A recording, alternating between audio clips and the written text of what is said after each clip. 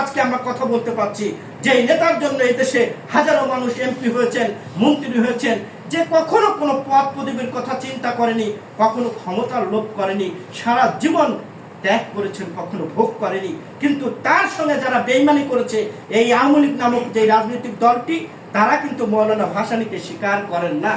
শেখ হাসিনা সবসময় চেষ্টা করতো তার বাবা এবং আওয়ামী লীগ, কিন্তু আমরা ইতিহাসে শুনেছি, এখানে যারা সিনিয়র আছেন তাদের কাছেও শুনেছি, 1971 সালে তার পরিবারে কেউ যুদ্ধ করেনি, তার পরিবারের লোকজন কলকাতা লাল পানি নীল পানি নিয়ে ব্যস্ত ছিল, এবং পাকিস্তানি টাকা নিয়ে এই শেখ হাসিনা হসপিটালে থেকে সন্তান প্রোডাকশনে ব্যস্ত ছিল। কিন্তু আমরা দেখেছি গত 17 বছরে এই স্বাধীনতার বাজনা বাজিয়ে মানুষকে বিভক্ত করে তিনি ক্ষমতায় থাকার একটা চেষ্টা করেছিল, কিন্তু এদেশের কোনো মানুষ ঐক্যবদ্ধ হয়ে তাকে রুখে দিয়েছে। এই 78 বছরের তরুণে ভারতে মোদির প্রেমে যে বাংলাদেশ নিয়ে অরাজকতা করার চেষ্টা করছে, আমরা নতুন করে বাংলাদেশে একটি আন্দোলন দেখতে পাচ্ছি।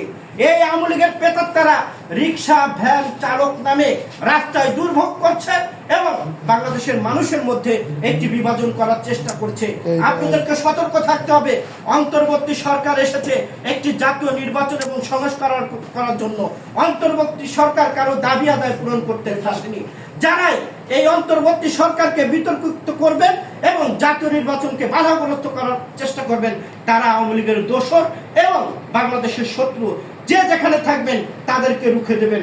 যদি রুখে না দিতে পারেন তাহলে জাতীয় নির্বাচন বাধাগ্রস্ত হবে। ইতিমধ্যে আকাশে রাজনৈতিক অনেক ষড়যন্ত্র দেখা যাচ্ছে নির্বাচন নিয়ে, এবং কে আসবে না আসবে, এবং নানানভাবে আওয়ামী লীগের প্রেতাত্মারা আমাদের মধ্যে ঢুকে অরাজকতা অশান্ত করার চেষ্টা করছে। আমরা গতকালকে দেখেছি রংপুরে কি ঘটনা ঘটছে, আপনারা পত্রপত্রিকায় টেলিভিশনে দেখছেন। আমরা সেদিকে যেতে চাই না। আমরা বলতে চাই, বাংলাদেশের মৌলানা ভাসানী কখনো কোনো ধর্মের মানুষকে অসম্মান করেনি। তিনি সব সময়ের জন্য, যদিও তিনি সমাজতন্ত্রের কথা বলতেন, কিন্তু সব সময়ের জন্য এই লোকটি সকল ধর্মের লোককে ঐক্যবদ্ধ করে রাখতে পেরেছিলেন। আমাদের বিএনপি আমরা যারা করি, আমরাও আমাদের দ্বারা কোনো ধর্মের লোক অসম্মানিত হয়নি। 1971 সালের পরে এই হিন্দুদের যত অর্থ সম্পদ লুট করেছিল আওয়ামী লীগালারা, এবং আমরা এই ইতিহাসে যেটা দেখতে পেলাম যে এই আওয়ামী লীগের লোকজন হিন্দুদের ভারী লুটপাট করেছিল। আজকে তারা সেই হিন্দুত্বর নামে রাজপথে এসে অরাজকতা করার চেষ্টা করছে। সাবধান থাকতে হবে, এবং আন্তর্জাতিকভাবে আমাদেরকে বিতর্কিত করার চেষ্টা করছে।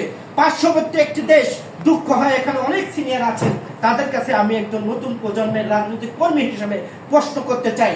5ই আগস্টের পরে আমরা এখানে যারা আছি, বিভিন্ন জেলায় বিভিন্ন জনের বাড়ি, কেউ বুকে হাত দিয়ে বলতে পারবেন আমাদের দ্বারা কোনো ধর্মের লোক অন্য ধর্মের লোকের কোনো বিপদ হয়েছে বা অরাজকতা সৃষ্টি হয়েছে?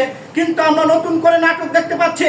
প্রতিবেশী একটি দেশ, তাদের গণমাধ্যম বাংলাদেশ নিয়ে তারা বিভ্রান্ত ছড়াচ্ছে, আন্তর্জাতিক মহলে গুজব ছড়ানোর চেষ্টা করছে বাংলাদেশে নাকি ব্যাপক হিন্দুদের মধ্যে নির্যাতন হচ্ছে, যেটা একটি ডাহা মিথ্যা কথা।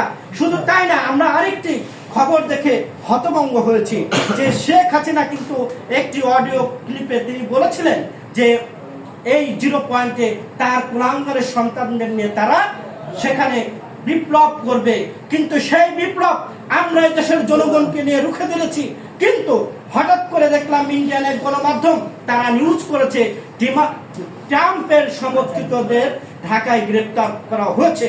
এই যে জঘন্য মিথ্যাচার, এই গণমাধ্যমকে আমরা বলতে চাই, বাংলাদেশ নিয়ে কখনো ষড়যন্ত্র করবেন না।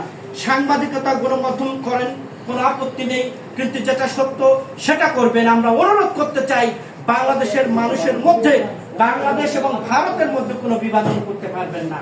আমরা, ভারত আমাদের শত্রু নয়, ভারতের জনগণ আমাদের শত্রু নয়, কিন্তু ভারতের এই যে 5টা গোলাম এবং খুনির যে দোষর, এই কসাই মোদি বাংলাদেশের মানুষকে নিয়ে, বাংলাদেশের মানচিত্র নিয়ে তারা ষড়যন্ত্র করছে।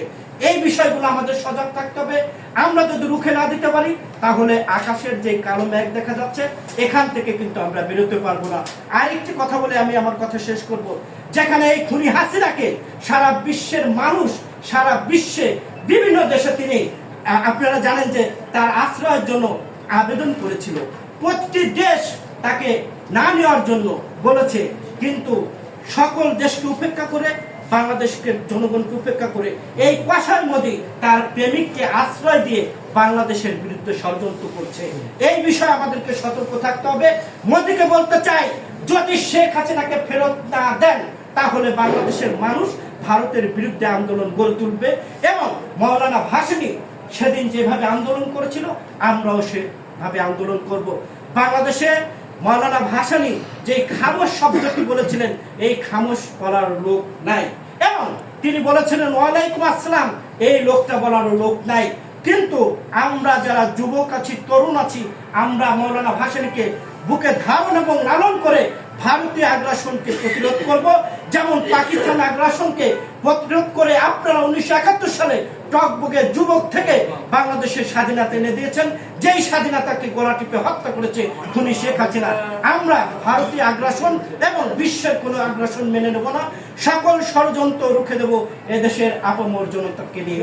সকলকে ধন্যবাদ জানিয়ে আমি আমার কথা শেষ করছি। দেখা হবে রাজপথে, কথা হবে স্লোগানে, হয় লাশ নাই ইতিহাস। আরেকটি কথা বলে আমি শেষ করব, যেটা আমার ভুলে গিয়েছিলাম। এই মৌলানা ভাসানী আমার আগের বক্তা বলেছেন যে উনি আধ্যাত্মিক নেতা। আসলেই কিন্তু উনি একজন আধ্যাত্মিক নেতা। ফেসবুকে ইতিমধ্যে আমরা দেখছি একটি কথা, ওনার একটি কথা খুব ভাইরাল হয়েছে গত 2-3 দিনে আমরা দেখতে পাচ্ছি। সেটি হলো উনি শহীদ প্রেসিডেন্ট জিয়াউর রহমানকে উনি বলেছিলেন যে বাংলাদেশের রাষ্ট্রনায়ক স্বজনপ্রীতি এবং দুর্নীতিমুক্ত বাংলাদেশ গড়তে শহীদ প্রেসিডেন্ট জিয়াউর রহমান যে সাহসিকতা ভূমিকা নিয়েছেন, এটা নাকি অন্য